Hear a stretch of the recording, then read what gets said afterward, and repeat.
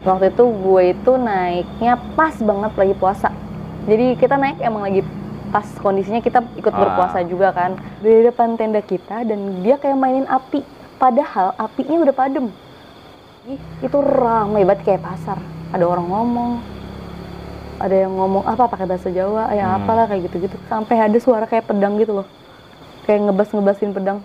Ada orang yang betapa sendirian.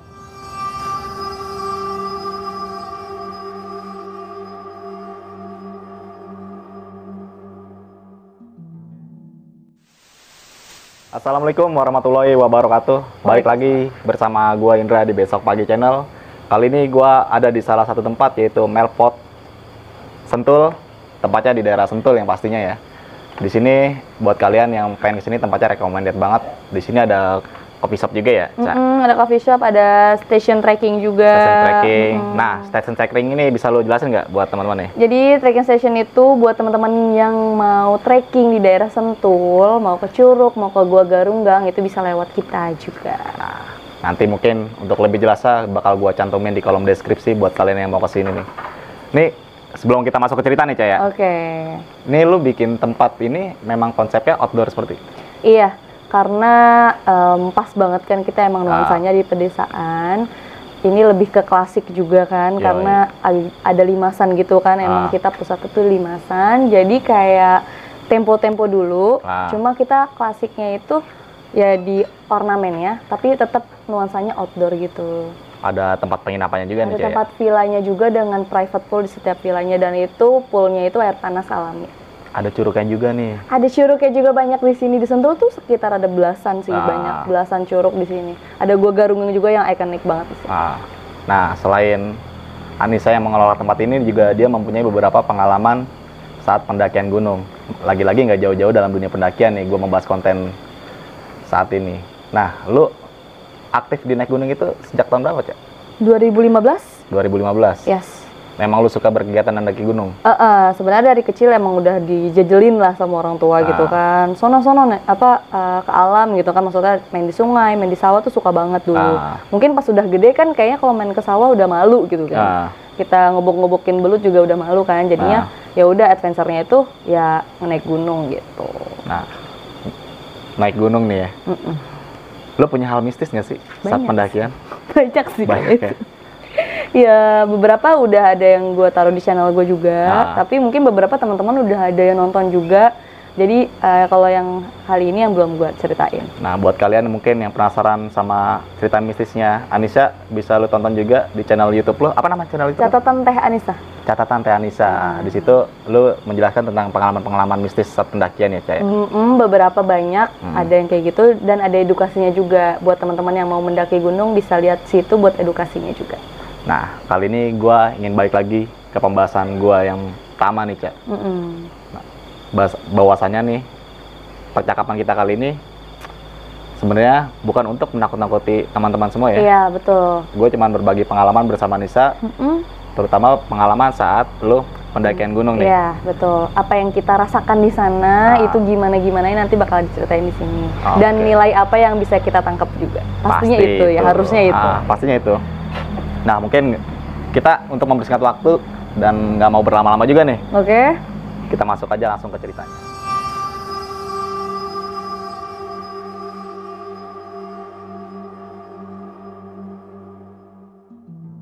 Jadi waktu itu sekitar 2018 itu lagi puasa.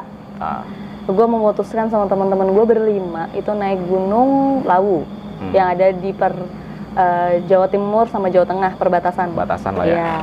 Waktu itu gue itu naiknya pas banget lagi puasa. Jadi kita naik emang lagi pas kondisinya kita ikut berpuasa juga kan.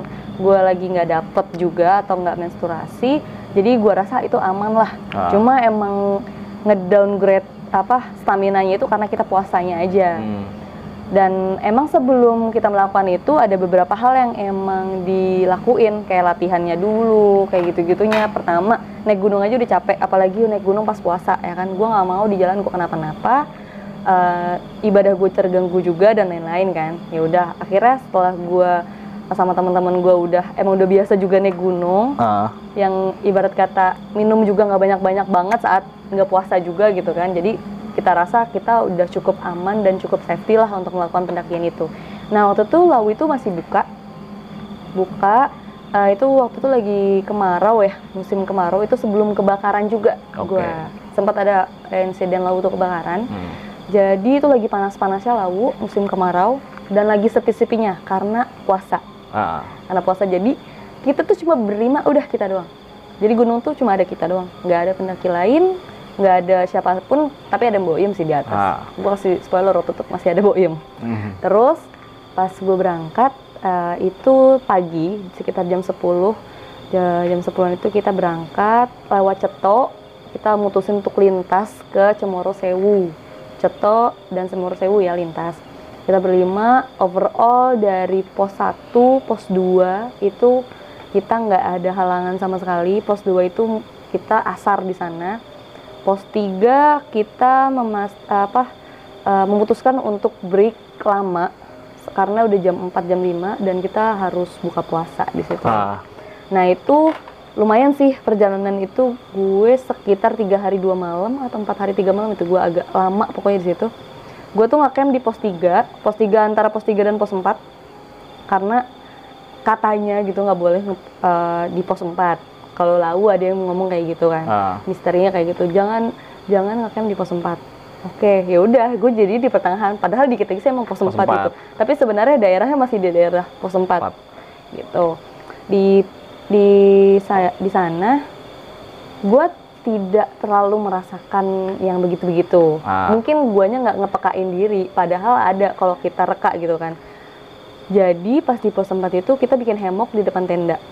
Itu bener-bener kita doang ya, nggak ada pendaki yang lewat, nggak ada pendaki yang camp juga, dan kita nggak ketemu sama sekali satupun pendaki, nggak ada. Pas itu sekitar pukul 8 malam, itu temen tuh lagi masang hammock pakai karabiner. Karabiner itu dirasa udah cukup kuat. Cukup kuat, bukan simpul ya. Kalau simpul mungkin bisa putus atau mungkin bisa lepas atau kayak gimana. Ini karabiner yang cukup kuat, dua-duanya pakai karabiner. Sekitar kita lagi bercanda-bercanda mungkin ya. Waktu itu emang karena kita sendirian dan udah malam juga, itu tiba-tiba karabiner yang dipakai sama teman gue tuh dia jatuh dari hammocknya. Dan kondisinya itu, jadi ini batang pohonnya, di situ udah turunan gitu. Jadi dia jatuh terus terguling. Walaupun emang nggak jauh-jauh banget, cuma lumayan lah sakit kena semak-semak kayak gitu-gitu kan. Nah terus di situ anehnya itu karabinernya nggak kenapa-napa. Kita kira karabinernya putus. Soalnya pertama itu karabiner lumayan lah buat climbing, nggak mungkin ibarat kata ya bertonton pun bisa gitu. Safe lah ya. Safety banget, udah bersertifikat gitu kan. Mana mungkin sih iya bisa putus, dan kita cek emang nggak apa-apa, nggak kenapa-napa, tali pun nggak ada yang sobek, nggak ada apa, hemoknya juga nggak robek, nggak kenapa-napa. Tapi tiba-tiba yang satu tuh putus, kayak udah jatuh dia lagi gini, lagi ngayun, tiba-tiba jatuh, udah gitu. Terus habis itu gue kayak nggak ngerasain apa-apa sih, maksudnya waktu itu gue positif thinking banget, kayak ya udahlah, emang udah malam kali, gue cuma mikir gitu kan, mungkin disuruh istirahat kali, udah dah. Habis itu cabut tuh kita istirahat malam. Hari pertama tuh nggak ngerasain apa-apa, cuma itu tadi kejanggalannya cuma satu itu. Besok paginya kita sahur menjalankan aktivitas seperti biasa, puasa, jalan tuh ke pos 5 Blok Peperangan. Waktu itu kita OTW ke pos 5 itu dari pos 3 karena mungkin udah capek gitu, agak lama. Pengen maghrib, jam 4-an itu udah nyampe pos 5. Pos 5 kita nge-camp, dan lagi-lagi kita sendirian, nggak ada sama sekali suara angin pun nggak ada. Jadi itu cuaca waktu itu tenang banget, bener-bener tenang, ya cerah banget, tapi nggak ada angin, nggak ada semilir-semilir atau nggak ada suara apapun gitu kayak burung gitu. Kita nggak sama sekali nggak dengar itu kan. Ya udah, akhirnya kita di situ ada kayu dan lagi musim kemarau, dingin banget gitu kan. Akhirnya kita nggak deketin diri tuh, bikin kompor, bikin perapian di dekat kita kan, bikin kompor gitu, di unggun yang emang safety, yang jauh dari rumput dan lain-lain, yang mau bener-bener di pasir lah gitu. Di situ kita bikin buka puasa lagi, buka puasa, terus kita ngobrol-ngobrol malam-malam. Di situ nggak tahu ya, emang sepi banget sih. Cuma kita tuh ngerasa banyak yang ngeliatin gitu loh. Oke. Di antara bebalik pohon gitu atau di pohon-pohon itu tuh kayak banyak aja yang nyaksiin kita lagi bincang-bincang gitu. Kayak seakan banyak pendaki, cuma nggak ada suaranya, cuma kayak ngerasa banyak aja gitu. Ngerasa banyak, nggak sepi gitu, ngerasanya nggak sepi. Oke, habis itu kayak emang teman-teman waktu itu kan emang teman-teman Mapala juga kan, senior-senior gue, jadi kayak ya sebenarnya dia juga udah sering ketemu yang begitu juga. Jadi kita kayak nggak yang parno-parno banget. Nah, pas mau tidur, jadi waktu itu gue cewek sendiri. Gue cewek sendiri dan gue nggak mungkin di tenda sendirian dong. Ngeri juga. Dan kalau berdua juga nggak etis juga kan. Akhirnya gue bertiga. Gue cewek di tengah, pakai sleeping bag semua, aman lah. Pokoknya udah tinggal tidur. Ini sekitar setengah jam setelah kita di tenda itu, gue kira yang lain udah pada tidur, karena udah pada balik badan semua kan, nggak ada yang ngobrol, nggak ada yang apa. Tiba-tiba di luar itu ada telapak kaki kuda. Suaranya? Kutuk gitu. Tadinya satu, tapi kayak ngililingin tenda gue gitu loh. Kutuk, lama-lama kecil, lama-lama hilang. Udah lama lagi, gue kayak, astagfirullahaladzim, apa ya? Gue udah mulai berimajinasi lah di situ. Karena gue tahu Bublak Peperangan dulu kan katanya emang bekas perang kan, emang bekas perang kerajaan dulu kan di situ. Jadi kayak, mungkin ya ada aja gitu kan, emang mungkin kilasannya dulu tuh mungkin terjadi saat gue pengen tidur itu. Terus gak lama ada karena kita tuh bawahnya pasir itu kayak ada telapak kaki yang gimana sih di pasir? Iya. Gitu kan, krek. Terus itu di depan tenda kita, gue merinding. Oke. Di depan tenda kita dan dia kayak mainin api, padahal apinya udah padam. Apinya kita udah pademin pakai air, udah bener-bener nggak mungkin ada bunyi kayak api unggun yang udah lama gimana sih? Ketek gitu kan? Masih ada kayak percikan-percikan apinya ya? Nah itu kayak dimainin sama dia. Kayak ada, gue kira itu senior gue yang tenda depan keluar buat masak ya, atau mungkin masih kedinginan atau gimana kan? Gue mikirnya gitu doang tuh. Gak lama gue tidur tuh. Gue tidur jam 3 waktunya sahur, sebelum gue bangunin yang lain. Itu gue bangun lagi, itu ramai banget kayak pasar.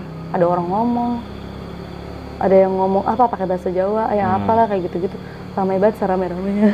Terus di situ kayak, gue bangunin gak ya, tapi kayak gue juga udah nggak kuat kalau gue nggak ngebangunin juga. Maksudnya gue dengerin sendiri gitu kan, gue pengen teman-teman gue juga ngedenger gitu kan. Pokoknya rame sampai ada suara kayak pedang gitu loh, kayak ngebasin pedang. Oke. I don't know why. Kayak tring-tring gitu? Enggak gitu sih, tapi kayak kalau tongkat di giniin kan kayak ada suara anginnya tuh ya, swing gitu kan, swing. Tapi nggak celingnya itu nggak ada, cuma gitu. Sama suara kaki kuda gitu kayak kereta kencana gitu. Gue denger itu. Dah, terus gue bangunin tuh. Bang-abangan gue semua, bang, mas, bangun mas, sahur, gue bilang kayak gitu. Oh iya Cak. Akhirnya kita keluar, sahur di luar seperti biasa, masak. Dan kita di situ nggak tidur lagi. Kita langsung jalan lagi, kita packing lagi, dan itu langsung pulang sih. Oh ya, kita berarti 3 hari 2 malam. Kita waktu itu langsung muncak itu kita nyampe atas jam 2. Dan situ ada orang yang bertapa sendirian di situ. Di puncak. Di puncak. Yang pakai, kalau di Lawu tuh ada yang selendang yang kotak-kotak tuh, hitam putih ya gitu. Ada yang pakai itu. Udah kita nyapa, udah nggak ada firasat apa sih nyampe sono. Pas pulang ke Mboyem, temen gue akhirnya nggak kuat, akhirnya makan lah gitu kan, batalin. Terus kita ngelanjutin langsung ke Cemoro Sewu. Sampai Cemoro Sewu itu kita benar-benar gak ketemu pendaki lain siapapun ya gitu. Dan nggak ada rasa gimana ya, nggak ada rasa tenang. Kita malah nggak tenang gitu, kayak diburu-buru banget. Karena emang perjalanan Cimarosa itu kan juga lumayan panjang dan batu semua kan. Kaki tuh capek secapek-capeknya karena turun. Dengkul tuh yang kena pasti kalau batu. Pasti. Iya, rasanya nggak enak banget. Dan itu setiap, pokoknya nggak tahu ya, senior gue tuh selalu bilang, ayo kita nggak boleh lama-lama. Baru berapa duduk, gak nyampe sebat lah ibaratnya, itu nggak nyampe sebat, baru minum, yuk lanjut lu, langsung kayak gitu. Kayak mungkin dia merasakan sesuatu kan, dan gue juga emang di situ kayak dikejar-kejar gitu loh, kayak nggak tahu ada yang ngejar aja, kayak ngerasa ayo dong, gue pengen pulang gitu rasanya, nggak betah aja gitu, apa lama-lama di jalur atau kayak gimana. Itu sampai kita maghrib akhirnya kita buka puasa cuma air putih doang, karena air putih sama wafer yang ada, dan kita nggak sempat masak karena itu tadi kayak ada yang ngeburu-buruin dan kita rasanya itu nggak nyaman banget. Dan itu benar-benar sepi banget, benar-benar apa ya, gimana ya, biasanya kan kalau pendaki jalan malam tuh udah biasa kan. Ini masih sore tapi rasanya udah kayak nggak enak aja gitu, udah anyep lah ya. Iya, udah anyep banget. Kayak kan kalau di Cimarosa tuh ada tebing gitu kan yang warna ungu tuh, itu tuh rasanya aduh gak bisa nih kita di sini, lembahan banget gitu rasanya tuh, kayak lembahan gini buat gitu kan, nggak bisa nih sendirian lagi gitu kan, kita doang lagi gitu kan. Akhirnya udah kita mutusin sampai bawah. Alhamdulillahnya selamat, nggak ada apa-apa, cuma gue sempat kepleset karena buru-burunya itu. Akhirnya gue sempat kepleset, terus kaki gue agak rada pincang dikit, terseok-seok lah gitu. Akhirnya gue jalan dengan ya bodo amat, gue maksain lah gitu. Yang udah malam tuh, udah mulai sekitar isya lah, mau isya gitu, dengan kondisi kaki gue yang udah mulai sakit gitu lah, udah capek lah, jempol udah di ujung sepatu bat gitu, rasanya kan gak enak tuh, sakit banget gak enak. Udah gitu bawaan gue tuh berat. Kenapa berat? Padahal gue cewek, karena itu senior gue semua sebenarnya. Jadi nggak mungkin tuh kalau bisa di Mapala mau cewek juga pasti berat. Apalagi junior kan. Pukul rata. Nah itu dah. Gitu. Dan gue terima karena emang itu pelajaran lah buat gue, maksudnya pendidikan lah gitu. Nah di situ gue jalan keempat lah, berlima. Gue di keempat nih, ke belakang kedua dari belakang. Gue lagi capek. Terus gue gini, biasa kan kalau pendaki gini kan, agak diginiin punggungnya. Pas gue lagi nunduk gitu, kaki gue giniin lah gitu. Gue nggak, maksudnya tuh mau ngeliat senior gue, tadi dulu bang, ntar dulu mas gitu kan. Iya cak, kata dia kan, iya nis. Gue agak nengok belakang gitu, udah yuk gitu kan. Di belakangnya itu, jadi tuh kan itu semak-semak ya, nggak ada pohon lah, jauh lah gitu, pohon dari jalur itu ada nongol. Lumayan sih, maksudnya wujudnya sih gue nggak mau ceritain banget ya. Sugus. Apa tuh sugus? Permen sugus. Masa nggak tahu permen sugus? Yang nongol tuh pocong. Iya, gitu dah. Tapi mukanya nggak kelihatan ya, putih doang aja gitu. Mungkin dia madep belakang atau gimana. Gue langsung set. Yuk mas, gue langsung gitu kan, yuk mas, yuk jalan. Gue kaki gue udah nggak enak banget kan, jadi kayak udah gue paksain lah, tek jalan gitu kan. Pas nyampe bawah, itu base camp tuh nanya, kamu jalan jam berapa? Kayak gini nanya lah biasa kan kayak gitu. Dari sana jam segini, kata dia cepet banget. Biasa tuh rata-rata 5-6 jam kan. Kita tuh dibilang cepet lah kata dia, soalnya gue itu jalan jam 4 dari puncak, dari Boyem. Dari Boyem tuh jam 4, puncak kan jam 2, kita ngeres dulu. Jam 4 tuh jalan lagi habis asar lah. Nyampe bawah kan cuma 3 jam, itu 3 jam 4 jam lah, itu udah kecepatan kata dia. Apalagi malam gitu kan. Kenapa? Ada apa gitu? Nggak ada apa-apa kok, kita kayak ya udah biasa gitu kan. Akhirnya pas lagi ngeres gitu, ngerumbuk lah. Nyeletuk tuh satu mas gua. Pas di pos 5, nggak denger ada yang perang nggak sih? Semuanya dong langsung, iya nggak denger, gue juga denger, iya gue denger lah, gue kira lu pada tidur. Nah ini tuh pada nggak bisa tidur, ternyata pada kebangun semua, pas banget lagi itu. Nggak tahu kenapa. Semuanya menyadari itu ya? Yes, tapi kayak kita tuh nggak mau bahas aja di situ, kayak bikin malah makin jadi gitu kan, takutnya malah diteror, diapain gitu kan, gue males juga. Ya udah, jadi pas malam itu gue cuma gini, yang lainnya tuh juga jadi juga ngedengerin aja. kayak ngedengerin podcastan tapi itu di luar gitu kan serem ya. Podcastan dunia gaib lo ya. Iya, agak ngeri gitu sih.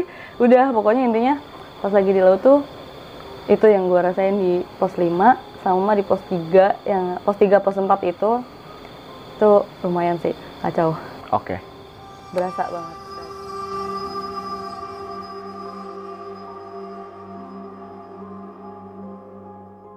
Nah, Cak, gue bakal mengulas balik perjalanan lu saat di laut nih ya. Pas pertama kali lu, itu pendakian pertama ke laut via Cetok? Enggak, itu pendakian berapa ya? 15? Tahu deh, iya. Sebelumnya? Banyak, salah. Enggak, maksud gue sebelumnya itu lu merasakan hal yang sama atau baru kali itu aja? Merasakan yang hal sama juga, cuma beda-beda gitu. Beda. Maksudnya ada yang cuma ngebisikin doang, ada yang cuma masuk ke dalam mimpi gue. Wujudnya beda-beda gitu. Biasanya sih rata-rata kasih pesan gitu, atau enggak nyapa lah gitu, hai, atau senyum, atau ngajak main gitu. Dan lu bisa ngerasain hal itu? Kalau di realnya itu gue percaya, tapi gue nggak meyakini. Gue percaya itu ada, itu makhluk Allah juga kan, itu makhluk Tuhan juga. Cuma kita beda dimensi. Gue percaya mereka ada, mereka bisa ngelihat kita. Cuma mungkin beberapa dari kita ada yang bisa ngelihat, ada yang enggak juga kan. Ya, tapi gue nggak meyakini banget gitu. Gue harus ngelakuin apa yang mereka mau, kayak gitu-gitu. Gue nggak meyakini di situ. Kalau gue, jadi kalaupun gue dapet pesan itu kayak ya lillahi ta'ala aja. Gitu sih. Di pos 3 menuju pos 4 nih ya. Jadi kan teman lu sempat menggelar hamuk tapi tapi putus ya. Dari karabiner tuh kayak ini karabiner nyangkut tuh kayak dibuka gitu. Tapi kan itu kan kondisinya hamuknya lagi didudukin. Berat juga kali kan kalau kita yang ngebuka gitu kan kayak berat aja. Tapi tali yang dicantolin itu putus nggak? Enggak. Overall it's okay semua. Aneh. Makanya di situ gue kayak ini mah bukan ini. Oh, sempat ada pembahasan tuh setelah lu turun? Enggak, pas itu juga sempat dibahas juga. Berarti karabiner juga. Ada satu lagi setelah di pos 4 itu pas kita mau jalan, itu salah satu senior gue tuh ngomongnya sembarangan. Ngomongin lebah gitu kan, ada lebah, ada di pos 3 pos 4 kan ada sumber air yang sebelah kiri. Yang sebelah kanan kan ada selang kalau itu kan. Ini yang sebelah kiri yang masuk ke dalam gitu ada pohon lapuk gitu, di situ ada sarang tawon atau lebah gitu. Gede banget.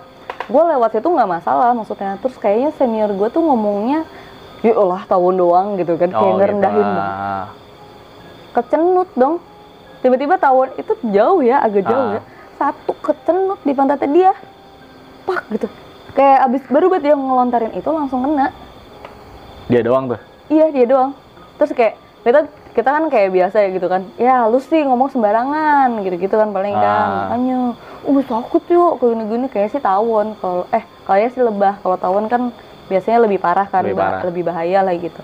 Itu dah di pos 5 ini kejadian yang sangat mungkin dikatakan luar biasa buat lu, tim pendakian lu saat itu ya. Iya, karena kita sendirian, nggak mungkin ada pendaki lain lah ya. Yes.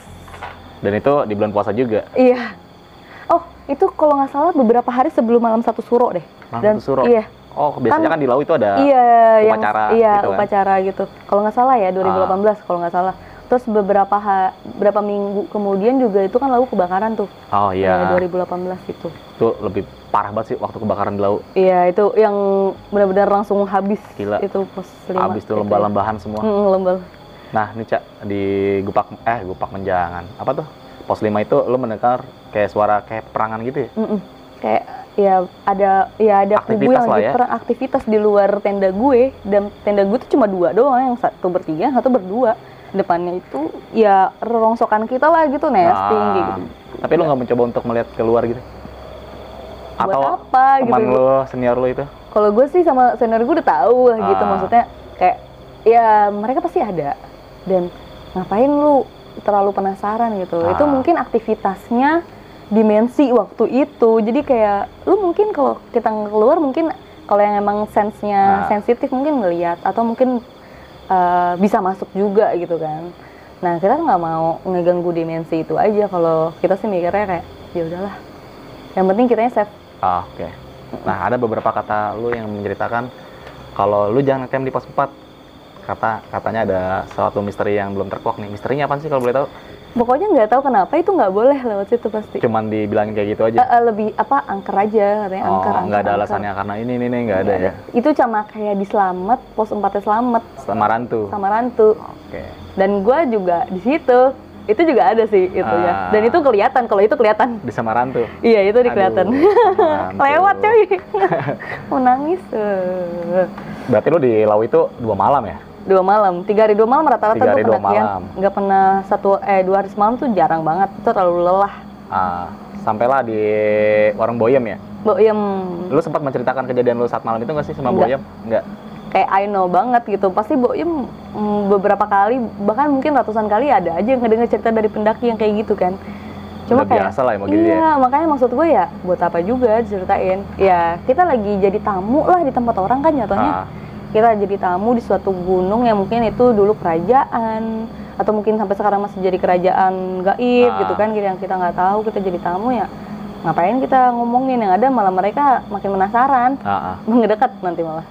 Sampai akhirnya lu turun, teror yang hal gaib itu masih menimpa lu sama kawan-kawan lu ya. Salah satunya lu nih yang melihat sosok si Ngocop itu. Oh ya, enggak sih. Gue kayak langsung mutusin aja gitu, putus udah ya kayak goodbye Lawu. Udah, gue biasa kayak gitu kalau ke gunung ya. Gue nggak tahu ini yang biasa gue lakuin, kayak dari jauh misalnya naik kereta terus ketemu gunung, gue pengen ke situ. Misalnya Ciremai gitu, ketemu naik bis gitu. Halo Ciremai, gue kayak nyapa gitu loh. Hello, gue bakalan main ke situ loh. Apa tungguin gue ya gitu, kayak gue ngomong sendiri aja di dalam hati gue kayak gitu. Dan pulang pun bye bye gitu. Sama sih berarti kayak gitu gue ya? juga. Oh gitu ya. Kayak yang lain juga gitu kali ya. Mungkin ya. Mungkin. Nah, pas turun itu lu sempat dibilang sama orang basecamp cepet banget jalannya. Apa cepat karena lu ketakutan atau memang udah ya emang gue jalan biasa aja gitu? Kayaknya sih kitanya geburu-buru juga ngeburu-geburu amat, gak kayak tergesa-gesa banget. Kayak kita harus nyatuin ritme, balik lagi kita juga pengennya safety-nya itu. Mungkin ritmenya agak dicepetin dikit, cuma nggak keburu-buru banget. Mungkin ngaruh juga kali. Dan gue nggak suka bermalam di jalan tuh gue nggak suka. Pengennya buru-buru turun ke bawah aja ya? Iya, bukan gitu. Naik ketika malam dan turun ketika malam tuh sebenarnya lebih bahaya dibanding pagi ataupun siang. Dari segi safety itu nggak safety, kecuali summit ya, karena kita kan emang mau dapet sunrise atau sunset gitu kan, ada tujuan dan emang bareng-bareng rame-rame. Tapi kadang-kadang kan ada yang naik atau turun pas malam banget, pas subuh malah. Kadang naik juga ada yang malam ya kan? Yes, itu malah kata gue lebih riskan lah untuk cedera dan lain. Karena jarak pandang kita malam itu berbeda sama pagi ya. Yes. Dan mungkin psikologinya juga kena juga kan, kayak iya ada apaan tuh, padahal cuma batang yang emang kalau kita senter warnanya jadi putih gitu kan, ada. Ngaruh. Nah, lu kan mendaki Gunung Lawu ini saat bulan puasa nih. Yes. Lu punya tips-tipsnya nggak sih buat teman-teman nih? Siapa tahu nanti bulan puasa di tahun ini ada yang mau mendaki gunung. Tipsnya kalau emang nggak biasa mendaki, nggak usah. Itu bakal nyampein diri lo sendiri. Dan ibarat kata lu bakalan nyusahin kalau emang lu nggak biasa ya. Misalnya teman-teman lu semua pada biasa nih, tapi lu sendiri kagak, terus cuma mau ikut-ikutan, ini nggak usah. Kasihan teman-teman lo gitu. Dan kasihan diri sendiri juga kan. Takutnya lo nanti cedera atau lu kayak gimana gitu kan. Tapi kalau emang udah biasa naik gunung, sebulan bisa 3 kali, 4 kali naik gunung, itu up to you. Berarti kan lu dikatakan emang udah tahu gimana ya, udah tahu medan, udah tahu persiapannya. Ketika lu kenapa-napa lu bisa first aid-nya lu udah tahu lah kayak gimana buat diri lo sendiri tanpa harus cerita ke teman dulu. Gitu. Ritme saat bulan puasa itu mendaki gunung gimana sih? Ritmenya jalan jangan terlalu pagi. Kenapa tuh? Capek nanti. Ya pasti capek lah ya. Puasa udah gitu kita harus naik gunung, energi terkuras habis nih. Energi barnya banyakin saat sahur dan buka puasa. Jangan terlalu banyak makan karbohidrat, banyakin makan manis, banyakin protein. Karbohidrat sih boleh kalau sahur, tapi kalau buka puasa jangan banyakin karbohidrat. Asupan airnya? Asupan airnya normal aja, nggak usah terlalu banyak. Yang penting nutrisi lah ya. Yang penting nutrisi sama banyakin makan timun. Itu nge-save banget ini sih, freshness di diri lo gitu. Oke, mungkin pembahasan gue bersama Ica cukup sampai di sini. Balik lagi nih buat teman-teman semua, bahwasannya cerita gue bersama Ica kali ini bukan untuk menakut-nakuti kalian semua, tapi gue hanya sekedar berbagi pengalaman. Ambillah sisi positifnya. Nah, pesan-pesan dari Ica tadi mungkin bisa lu serap sebaik mungkin. Agak sedikit gue tambahin nih. Dimanapun kalian berada, attitude sopan santun harus perlu dijaga. Menghargai kearifan lokal yang ada ya. Betul. Dan apapun yang dilarang sama penduduk lokal setempat, patut lo turutin. Ikutin aja dulu. Buat kalian nih, gue mengingatkan kembali, kali ini gue berada di salah satu Melting pot Sentul. Tempatnya di daerah Sentul, Bogor. Dari keluar keluar tol Sentul itu nggak jauh ya? Sentul Selatan masuk ke arah Janggelen ke arah Leuwi Hejo udah pada tahu pasti. Nah itu sebelah kiri. Sebelumnya tadi gue udah jelaskan di pembukaan video sebelumnya. Nanti mungkin bakal gue cantumin juga link deskripsinya nih buat lebih detail dan beberapa slide video ya di sini. Siap. Mungkin kalian harus coba nih kemari. Tempatnya asik buat pacaran, buat keluarga, buat kantor ya kan. Iya, semuanya bisa full service. Benar. Mungkin itu aja dari gua, Indra dan Ica. Saksikan video-video gua berikutnya. Wassalamualaikum warahmatullahi wabarakatuh. Aduh.